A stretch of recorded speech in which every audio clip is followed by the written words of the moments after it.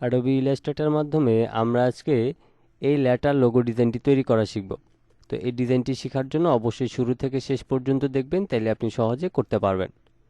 তো এখন আমরা ইলাস্ট্রেটরে চলে আসলাম। চলে আসার পর আমরা এখান থেকে এই ডিজাইনটাকে ডিলিট করে দিলাম। প্রথমে হচ্ছে আমরা এদিক থেকে টাইপ টুলে যাব। টাইপ টুলে যাওয়ার পর আমরা যে ফন্টটা ব্যবহার করব সেটা হচ্ছে মুরা ডেমো। তো আপনি হচ্ছে এই ফন্টটাকে গুগলে পেয়ে যাবেন। অবশ্যই আপনি চাইলে এই ডিজাইনটি তৈরি করতে চাইলে অবশ্যই গুগল থেকে ডাউনলোড করে নিতে পারবেন। তো প্রথমে আমি বড় হাতের একটা টি নিয়ে নিব এবং একটা এস নিয়ে নিব। এরপর আমরা সিলেকশন টুলের মাধ্যমে এটাকে সিলেক্ট করে অল্টার এবং শিফটটাকে ধরে রেখে একটু বড় করে নিব এবং এদিক থেকে রাইট বাটন ক্লিক করে ক্রিয়েট আউটলাইন করে নিব। ক্রিয়েট আউটলাইন করে নেওয়ার পর এরপরে আবার রাইট বাটন ক্লিক করে আনগ্রুপ করে নিব। আনগ্রুপ করে নেওয়ার পর এখন হচ্ছে আমরা এই দুইটাকে একসাথে সিলেক্ট করে আমরা যাব অ্যালাইন অপশনে। অ্যালাইন থেকে প্রথমে আমরা হরিজন্টাল অ্যালাইন সেন্টার করব, এরপর ভার্টিক্যাল অ্যালাইন সেন্টার করব। এরপর হচ্ছে আমাদের এই যে অ্যাসটা আছে এই অ্যাসটাকে অল্টার এবং শিফটটাকে ধরে রেখে আমরা একটু ছোট করে নিব। তা আমি এখান থেকে এতটুকু ছোট করে নিলাম, আমি প্রয়োজনে আরেকটু ছোট করে নিব। এরপর হচ্ছে আমাদের এই শেপটাকে সিলেক্ট করে অল্টার ধরে মাউসের লেফট বাটনটা ক্লিক করে আমি একটু এটাকে চ্যাপ্টা করে নিলাম। এরপর হচ্ছে আমাদের এখানে যে টিটা আছে এটাকে হচ্ছে এই পাশে ধরে অল্টার ধরে মাউসের লেফট বাটনটা ক্লিক করে একটু চিকন করে নিব। আমি প্রয়োজনে আরেকটু চিকন করে নিতেছি। তো এইভাবে করে হচ্ছে আপনি বসিয়ে নেবেন। এবার হচ্ছে আমি এখান থেকে এটাকে রেড কালার করে দিই। এখন এখানে হচ্ছে একটা বিষয় দেখেন, এই অংশটাতে কিন্তু একটু গ্যাপ আছে এবং এই অংশটাতে কিন্তু গ্যাপ নাই। তো এটার জন্য প্রয়োজনে আমরা এই টিটাকে আরেকটু চাপায় নিব। আরেকটু চাপায় নিয়ে এখন হচ্ছে এখানে যেহেতু একটু বেশি গ্যাপ এবং এদিকে যেহেতু একটু কম গ্যাপ, সেক্ষেত্রে আমরা এই অ্যাশটাকে সিলেক্ট করে আমরা এইভাবে করে একটু এটাকে এদিকে নিয়ে আসব। আমি এইদিকে নিয়ে আসলাম, তাইলে আমাদের দুই দিকের গ্যাপটা সমান হয়ে যাবে। এরপর হচ্ছে আমরা যেটা করব, আমরা এদিক থেকে অল্টার ধরে এটাকে আরেকটু এইভাবে করে লম্বা করে নিব এবং এটাকে আরেকটু নিচে নামিয়ে নিব। তো আমাদের ঠিক শেপটা এরকম আকারে হবে। এবার সম্পূর্ণটাকে সিলেক্ট করে আমি শেপ বিল্ডার টুলে যাব এবং মাউসের লেফট বাটনটা ক্লিক করে এটার সাথে অ্যাডজাস্ট করে দিলে আমাদের এটা কিন্তু নিচে চলে যাবে।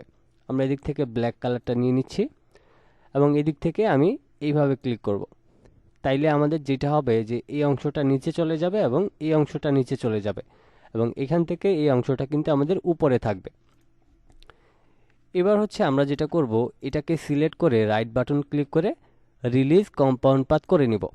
তাইলে আমাদের প্রত্যেকটা আলাদা আলাদা এখন সিলেক্ট হবে।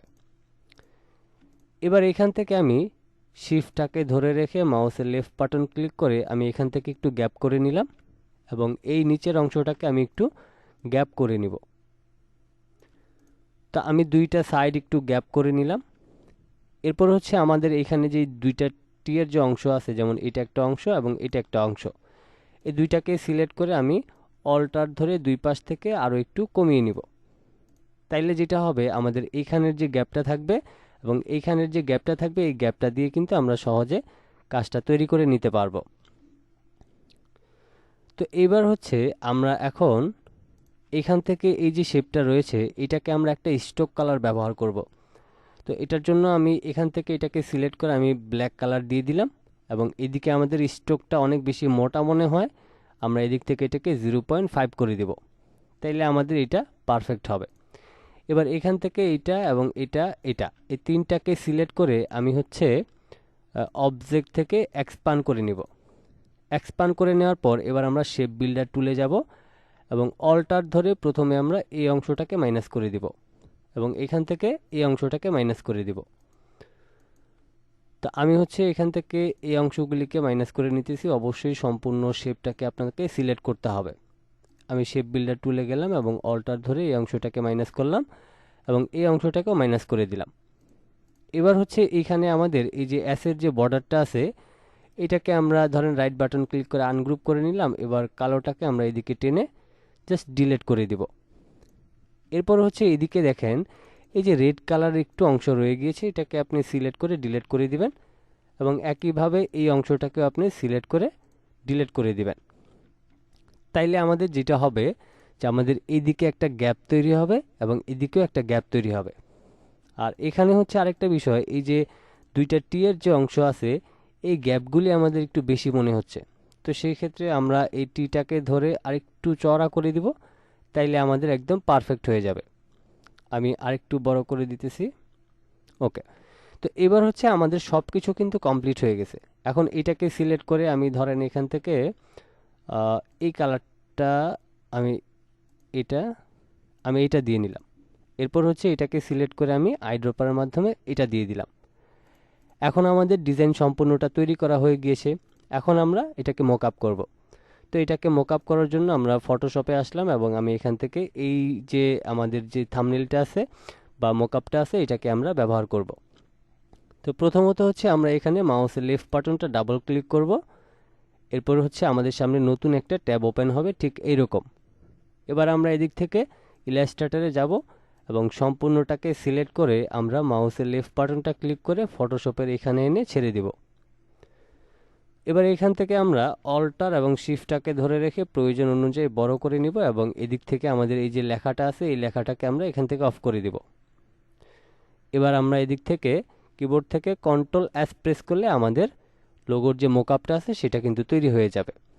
তা আমাদের হচ্ছে এখানে একটু অপেক্ষা করতে হবে। এখানে হচ্ছে প্রোগ্রেস চলতেছে। আমাদের সম্পূর্ণ কাজটা যখন শেষ হয়ে যাবে তখন কিন্তু আমাদের মোকআপটা সম্পূর্ণ হয়ে যাবে। তো এখানে হচ্ছে একটু লোড নিতেছে, আমি সম্পূর্ণ কাজটা আপনাদেরকে দেখিয়ে দিই, তাহলে আপনারা সহজে বুঝতে পারবেন। তো ফাইনালি হচ্ছে আমাদের মোকআপটা হয়ে গিয়েছে। এবার আমরা এখানে আসলে আমাদের এই যে দেখেন অনেক সুন্দর একটা ডিজাইন কিন্তু আমরা তৈরি করে ফেললাম। তো এই ছিল আমাদের আজকের লোগো। আজকের মতো এই পর্যন্তই ছিল। সবাই ভালো থাকবেন, সুস্থ থাকবেন। আল্লাহ হাফেজ।